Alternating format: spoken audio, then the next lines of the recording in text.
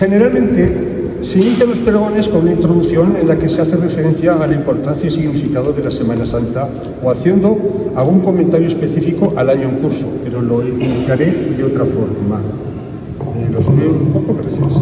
Bueno, gracias por la presentación, José Ángel, que me has hecho, pero resulta que yo tengo que hacer alguna aclaración más. Yo no tengo estudios de teología. Mi nivel académico en estos temas, yo estudié un poco de filosofía hasta el sexto de bachiller, cuando era del mismo curso de don Fernando Harley, éramos compañeros de curso en el seminario, luego contaré alguna cosa más. Y luego también hablaré un poco de arte, porque como he sido miembro de la Asociación Sancho Ramírez y presidente durante muchos años, pues soy un gran defensor del patrimonio, y esta catedral tiene muchísimo patrimonio. Luego también yo hice bachillerato de ciencias, y entonces me tocó estudiar física. Entonces resulta que yo no puedo pontificar, y no pontificaré, pero voy a tener que hacer una serie de reflexiones en torno a la historia de la cofradía de la sangre de Cristo y del resto de las cofradías y cómo ha evolucionado nuestra Semana Santa. Pero primero empezaré hablando de mi vida. Yo soy cristiano católico. A mí me bautizaron en la capilla de la Trinidad, que está allá al fondo, que es un lujo, como muchos jaqueses de los que están aquí presentes, pero lo que pasa es que no me acuerdo de eso, no me acuerdo de nada, porque yo era muy pequeño. Mis primeros contactos con el cristianismo se los debo a mi madre que era de la Hermandad de la Soledad, y a mi tía María, que era de la Hermandad de la Piedad. Y mis primeros recuerdos eran las letanías que se rezaban en casa, el rosario que se rezaba en latín, porque era antes del Concilio Vaticano II, que fue un concilio pastoral. Entonces empezaron en latín, empezaron a dejar de lado, en parte.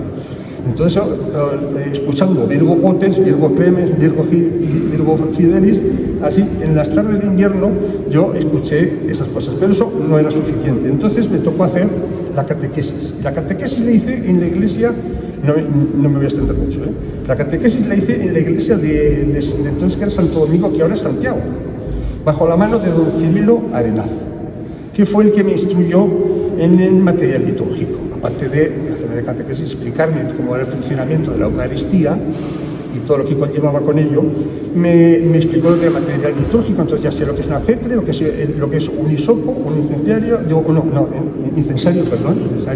lo que es una casulla, un manípulo, todas esas cosas que son palabras que se utilizan en la liturgia y que es conveniente saber. Me preparó excelentemente para la primera comunión y luego pasé a estudiar a los escolapios. En los escolapios estuve unos años, pero luego nos llevaron al seminario, en el régimen de externos. Y ahí tuve la suerte que teníamos una asignatura que se llamaba Historia Sagrada, en la que había un excelente profesor que murió, eso me comentó Fernando hace algunos años, que se llamaba don José Luis Iguaz, que este fue el que me introdujo a mí en el conocimiento de las Sagradas Escrituras y sobre todo del Antiguo Testamento, todas las cosas que pasaron en el Antiguo Testamento. Tengo que decir que nos abrió un mundo de hechos trascendentales, pero hay una cosa que le tengo que agradecer a él y es la primera propuesta que hago yo aquí ahora con el pregón. Quiero reivindicar la clase de religión. Ahora en la clase de religión se les enseña, yo lo he visto por mis hijos, se les enseña mucho de ética y moral, pero no se les enseña temas de historia sagrada. Y la historia sagrada es muy importante por muchas cosas. Porque, entre otras cosas, yo que soy amante del arte, como muchos de los que están aquí presentes, el tener conocimiento de historia sagrada nos viene muy bien para poder interpretar todo el arte que nos acompaña. Voy a hacer solamente una mención a los 4 capiteles veterotestamentarios que hay en las puertas de la catedral. En la puerta occidental tenemos por un lado, hay 4 capiteles, pero hay 2 que son narrativos. Uno es el de Moisés y Aarón, Moisés está con las tablas de la ley. Esa es una interpretación, hay otras interpretaciones, pero esta es la que más gente tiene apoyándola. Y esto, hay una cosa que es muy importante, porque lo que nos enseñó don José Luis Iguaz era también interpretar estas cosas. Las tablas de la ley eran las primeras que Yahvé entregó al pueblo de Israel y era el primer elemento de norma de conducta. Era una norma de conducta que luego, muy mejorada, por Jesucristo en el Nuevo Testamento, ha servido de base para que se haga la Declaración de los Derechos Humanos. Están basadas en el cristianismo, le pese a quien le pese. Y eso sí que es cierto. Entonces eso es lo que aprendemos de ese capitel. En el otro lado, en el lado de la epístola, está el capitel del profeta Daniel. El profeta Daniel, pues bueno, yo no he hablado con las guías de aquí del Museo Diocesano, pero resulta que cuando muestra el capitel el profeta Daniel, nadie sabe quién es el profeta Daniel. Pero nosotros sí que vivimos clase de religión y sí que lo sabemos. El profeta Daniel, que fue lanzado al foso de los leones por unos furiosos burócratas envidiosos. Eso suena a muchas cosas que pasaban de lo que oímos ahora de los burócratas envidiosos, a nivel europeo y a nivel español, en el mundo occidental. Hay otros que quieren hacer otra lectura, que es el buen contacto que tuvo el profeta Daniel, pues estaba en el foso de los leones y que terminaron llevándose bien. Pero eso es otra lectura. Pero cambiando de puerta, vamos a la puerta sur, y por ahora tenemos el sacrificio de Isaac. El sacrificio de Isaac, ¿qué cosa peor se le puede pedir a su padre que tenga que sacrificar a su unigénito? Eso es lo peor que le puede pasar a un padre. Y Abraham, fue el origen de las tres religiones monoteístas, las tres principales religiones, y son también las que más sangre han causado por las guerras entre ellas. Es algo que tenemos que aprender. Y luego, en la otra parte está el capitel de la burra de Balaam. Ese ya es más difícil, ese ya es de nota, saber el de la burra de Balaam, en el cual ahí está visto que un animal detiene la terquedad y la obstrucción mental que tiene una persona, y fue un burro. Y hablando de la burrita, voy a dejar ya hablar de esto, vamos a pasar a hablar de nuestra Semana Santa, porque ya me estoy yendo muy lejos. Entonces, y tengo que hacer especial mención a la cofradía de Lanzada de Jesús en Jerusalén, más conocida por nosotros como la Burreta, que es una cofradía en la que yo pertenecí, ya a final de los años 60, porque me tocó ser corneta en la banda que había de cornetas y tambores, que ahora solamente son tambores y bombos, por cierto, una banda excelente, pero yo llevaba una corneta legionaria y fue todo un honor entrar ahí. Entonces, voy a hablar ya precisamente de la Semana Santa. Y para hablar de la Semana Santa, voy a empezar a hablar pues, de la Cofradía de la Veracruz. La Sangre de Cristo es la heredera de la Cofradía de la Veracruz. La Cofradía de la Veracruz se tuvo que fundar en un momento dado a mediados del siglo XVI, la primera referencia la tenemos del año 1555, y para coincidir diferentes devociones y necesidades perentorias. ¿Y qué funciones y qué ideas tenía la Cofradía de la Veracruz? Pues atender las virtudes teologales, que son fe, esperanza y caridad. Y vamos a ver que a lo largo del tiempo la Cofradía de la Veracruz y luego de la Veracruz de la Sangre de Cristo ha seguido firmemente esas tres funciones. Primero, para hablar de la caridad, solamente voy a hacer una cita del Antiguo Testamento, que es del libro de Tobit, el 1.17, cuando dice: daba mis panes a los hambrientos y mis vestidos a los desnudos, y si alguno de mi linaje veía muerto y echado tras la muralla de Nínive, sepultábalo. ¿Qué hacía la Cofradía de la Veracruz? ¿Qué hacíamos los de la Cofradía de la Veracruz? Asistíamos a los muertos que aparecían por los campos, por los caminos. Iban los de la Veracruz. Fíjate, si nos tocara ahora a nosotros, a lo de la Sangre de Cristo, tiene que hacer eso. Ahora lo hacen, tiene que ir el juez, y luego pues, la Guardia Civil o la Cruz Roja atienden a los que aparecen muertos por ahí. Pues tenemos que hacerlo, hacía falta tener valor y coraje para hacer eso. También atendían a los condenados a muerte. También enterraban a sus propios cofrades. Atendían en los viáticos, en los que estaban agonizando, y a los enfermos. Y luego también colaboraban en las rogativas cuando Santa Rosia, los sobre estos aquí presentes, cuando Santa Rosia no podía atender a las necesidades de agua, tenían que recurrir en alguna ocasión al Cristo de la Cama, al Cristo del Sepulcro, y en el año 1817 fue el que consiguió que se lloviera precisamente un primer viernes de mayo que llovió y nadie se enfadó, porque fue así de claro, porque es que hacía mucha falta de agua. Entonces ahora vamos siguiendo con la Cofradía de la Veracruz. Luego voy a pasar todos los siglos muy deprisa para no cansarles, y entonces voy a explicar cómo ha ido evolucionando la Semana Santa de Jaca. Imagínense, ahora quiero que hagan un ejercicio de imaginación y que piensen que ven un señor con dos campanas, una en cada mano, lo que he hecho aquí yo, con dos campanas, una en cada mano, como las que había en la exposición esta que se ha hecho aquí en el claustro, de instrumentos antiguos de aquí, del secretum de la catedral. Se paseaba por las calles de Jaca tocando las campanas, convocando a lo que sería, se invitaba a la comunidad a vivir la Semana Santa de manera profunda y comprometida. Daba vueltas por Jaca y entonces todos los de Jaca, lo que es el casco histórico, el casco antiguo, oían el llamamiento. Luego entraban en la catedral y todos iban detrás, pasaban por la lonja mayor donde se pedía dinero, había una mesa petitoria, como decimos ahora. Dentro, y igual en uno de estos dos púlpitos, escuchaban unas oraciones específicas y sermones. Y luego hacían una salida procesional de aquí, de la catedral, llevando el Lignum Crucis, que se encuentra aquí en el Secretum también, en una piedra con palio, balaustrada con faldones, 12 candelas de hierro y estaban porteados por 4 clérigos.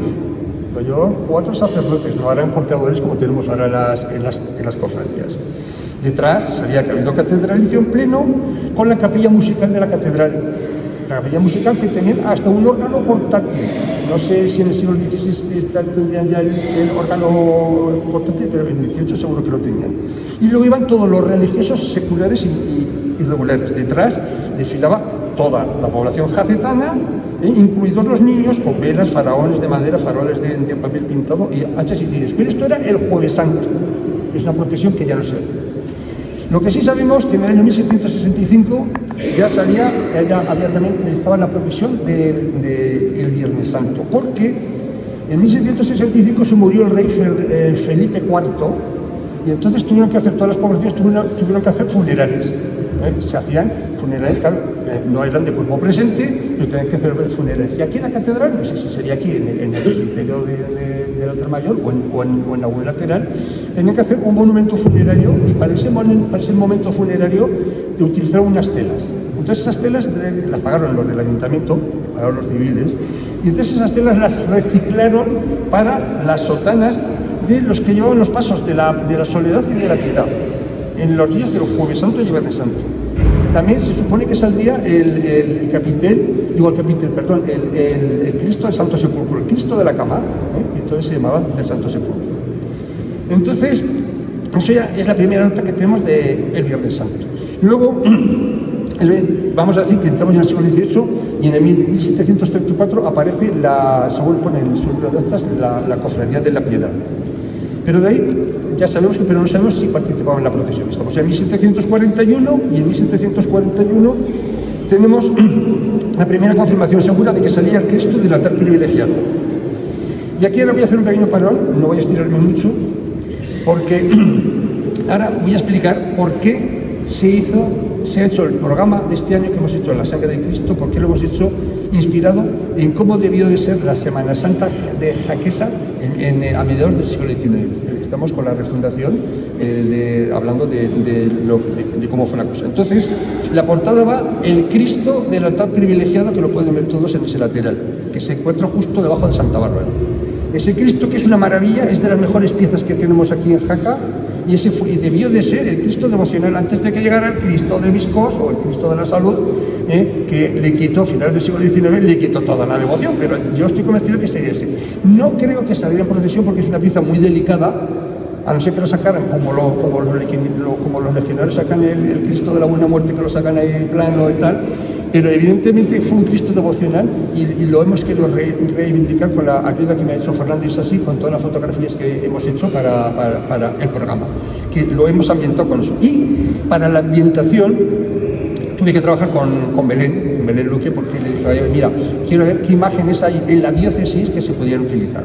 Entonces hemos utilizado la última cena que está en el retablo de la Anunciación, que está allá al fondo, y luego el Cristo de la columna, la Piedad que hay en la sala capitular, que el dibujo que hay en el libro de actas de la Piedad está inspirado en ese, y también otras piezas de Bagüés, de Urriés, de Concilio, incluso los capiteles de San Juan de la Peña.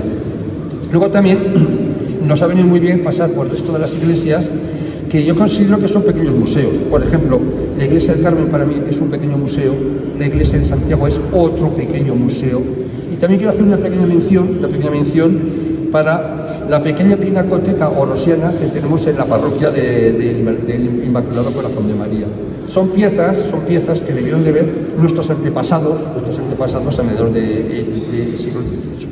Bueno, pero ahora ya vamos a entrar en más seguridades y vamos a ir un poco más deprisa porque si no esto se va a alargar demasiado. En 1775, la Hermandad de la Piedad dio a entender que tenían hicieron un paso desconocido de cómo debió de ser, porque lo hizo Juan Francisco Ugalde, y la única referencia que tenemos de cómo debían de ser esas figuras es mirando a las dos figuras que están encima de los tornavoces de los púlpitos, que son de la fe, la justicia.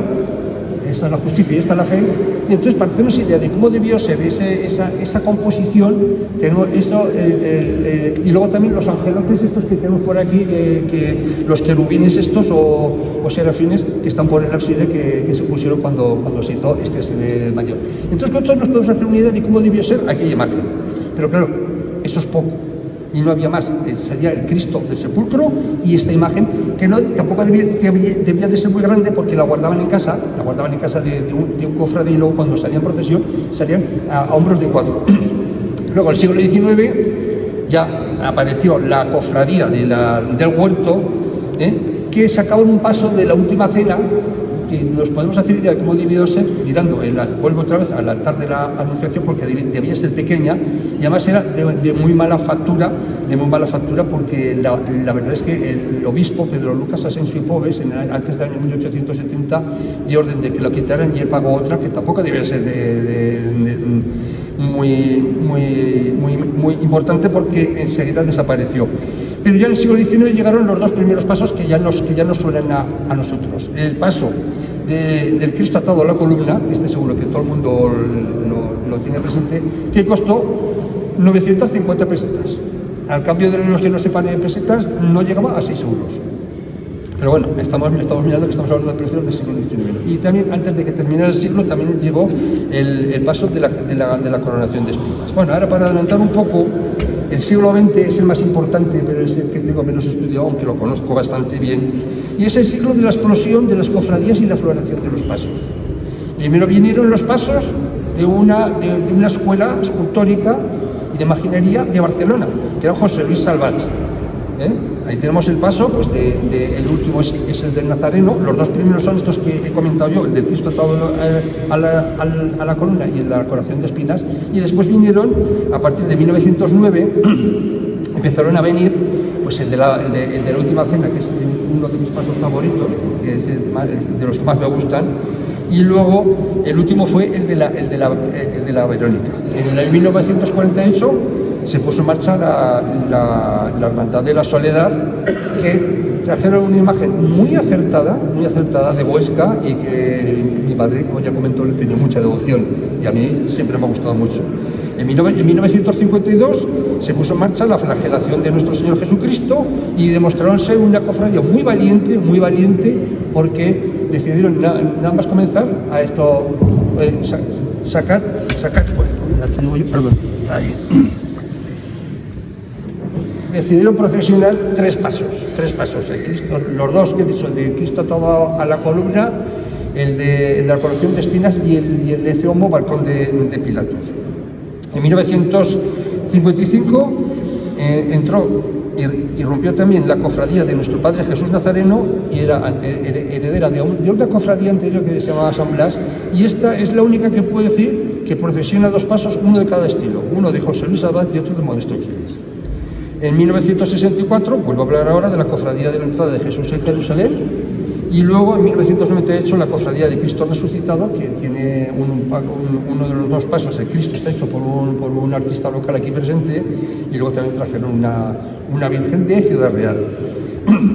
El siglo XXI es apareció la cofradía, bueno, se constituyó la cofradía de la Santa Cena, que es la más pequeña y por supuesto una de las más queridas por todos los jaqueses, porque bellamente procesiona en el paso homónimo en el momento que se instituyó la Eucaristía. Para mí es uno de los pasos más importantes. Bueno, y ahora voy a hablar ya de Jaca ahora, y incluso el mundo cristiano. Ya estoy terminando, no se piense nadie que voy a estirar mucho más rato, pero aquí quiero comentar algunas cosas que igual no gustan a todos. En principio, la Semana Santa de Jaca goza de buena salud, con las cofradías, en mi opinión, bien asistidas. Algún problemilla hay, algunos cambios de titularidad, una renovación de cargos y tal, pero están muy bien asistidas por las bandas de tambores y bombos que con su cadenciada percusión nos invitan a la reflexión hasta lo más profundo de nuestros corazones. ¿Qué pasa con las bandas? Las bandas son muy importantes y son casi en cierto modo, no voy a decir que es el alma porque sería pecar, pero es un elemento muy importante dentro de las cofradías. Hace años oí en una homilía en San Juan de la Peña, le oí a un obispo de Barbastro, que ya hace muchos años, no creo que sea este último, sino el anterior, que decía, dichosas bandas. ¿Y qué razón tiene?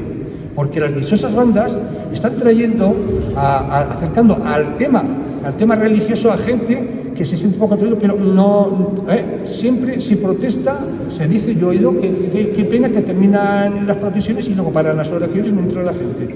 Claro, los de las bandas tienen la excusa de que tienen que ir a dejar los instrumentos a los lados, pero es que la gente no se acerca a las iglesias. No se acerca a las iglesias después de las procesiones. Y eso hay que preguntárselo, y yo voy a intentar proponer alguna idea, porque tengo alguna reflexión en el bolsillo. Pero primero voy a dar otro bandazo, voy a cambiar. La previsión del tiempo es horrorosa, la que tenemos es malísima, ¿no? Y parece ser que nos va a llover como ya nos pasó el año pasado. Pero claro, yo es que siempre digo que en Sevilla, cuando llueve, lloran hasta los ateos. Y es que es cierto, porque es que la viven, o sea, tienen mucho sentimiento, pero es que ahora que hablo de los ateos, quiero hacer una hincapié en un tema. Quiero hablar de los ateos católicos. Cada vez veo más en YouTube, veo en cantidad de vídeos que hay gente que se declara ateo católico. Y digo, a ver, esto es una contradicción, pero básica, ¿no? Y tiene una explicación. Porque son gente que no son creyentes. Bueno, yo no creo que sean ateos porque ateos no existen. En todo caso agnósticos, pero los ateos también no existen, ¿no? Pero estos señores que se declaran ateos católicos son gente que se sienten españoles del mundo occidental y se sienten herederos y transmisores de la cultura que tenemos nosotros, que en 2000 años se han empapado de cristianismo. Son gente que respetan las tablas de la ley, por así decirlo, los derechos humanos, que no roban, que no matan, que respetan a la mujer del prójimo, que respetan a sus padres. Y son gente que se asientan en estos principios que son cristianos, y eso se consideran ateos cristianos. A mí eso me hace mucha gracia y me parece muy bien. Y luego, hablando de compromiso y hablando de las bandas, hay una cosa que nos pasa también con muchos que son creyentes, pero que no son creyentes no practicantes, o son poco creyentes, o los que son creyentes se lo guardan para adentro. Como los luteranos, que solamente con tener fe ya les vale, y no valen las obras. Los católicos tenemos que hacer obras.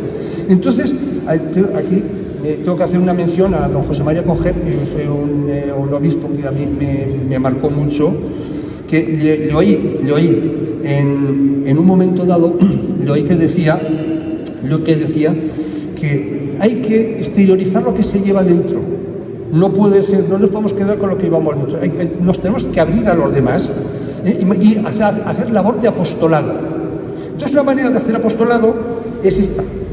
Porque ahora nos va a pasar pues como pasaba en la Edad Media, y es los que vayan al Museo Diocesano y se vayan a la sala de Bagüés, a la sala de Bagüés, que eso parece un cómic con las viñetas de las distintas etapas del Antiguo y del Nuevo Testamento. Pero era como se llevaban a la gente, los que no sabían leer o los que no tenían conocimientos religiosos. Y es lo que nos está pasando a nosotros ahora aquí. Nosotros ahora tenemos la obligación de enseñar a todo el mundo nuestra historia, nuestra historia pasa también por las manos de Jesucristo. Y con el Santo Entierro, que tenemos un Santo Entierro con los pasos muy bien estructurados y con todas las etapas de la pasión, desde la entrada de Jesús a Jerusalén hasta Cristo resucitado, están todos los momentos de la pasión. Yo muchas veces, cuando estoy en la profesión, haciendo de mayordomo o de lo que me toque, de lo que me manden, a veces, claro, como vas tapado, y te paras y los preguntas y escuchas a lo mejor, y oyes a gente que están explicándoles a los hijos, con los pasos, qué momento, qué suceso, qué pasó, por qué sucedió y qué ocurrió después. Entonces esa es una manera de mostrar cómo se hace pago eso, pues hacían los capiteles de San Juan de la Peña, que vas pasando y vas entrando en las distintas fases. Y luego, ahora ya, quiero hablar del hoy universal cristiano. He hablado de fe, como decía nuestro alcalde, decía en la presentación que nos hizo el otro día cuando le dimos el título de hermano mayor honorario, nos habló de fe y tradición. Me gustaron mucho sus palabras. Pero ahora hay que hablar de esperanza, y la esperanza siempre es una opción de futuro, Entonces, claro, ¿cómo está ahora el mundo cristiano? Aquí en Jaca estamos muy bien, pero es que hay sitios, en Siria están perseguidos, los están matando en Siria. En Nigeria les está pasando lo mismo, por ser católicos, en Egipto, en Nicaragua. Y aquí en España, en algunos sitios incluso están insultados, favoreciendo a otras religiones que tienen otros criterios dietéticos o gastronómicos, por así decirlo. Entonces hay una cosa que tenemos que hacer nosotros, que es centrarnos en lo que nuestra tradición, en nuestra fe siempre es lo que nos ha marcado. Entonces, ¿cómo está la gente ahora? La gente ahora está pegada a tres cosas: al dinero, lo que se decía antes, el mundo, el demonio y la carne, ¿no? Que se decía antes, ¿no? Pues, pero la gente está, su Dios es el dinero, su Dios es el poder en algunos casos, y en otro caso son las pantallas. El que no tiene Netflix no se entera de qué va la vida. Entonces eso es que la gente está enganchada. Y además ahora pasa otra cosa, pero es que ya hay una tendencia de cambio que viene dada por muchas cosas.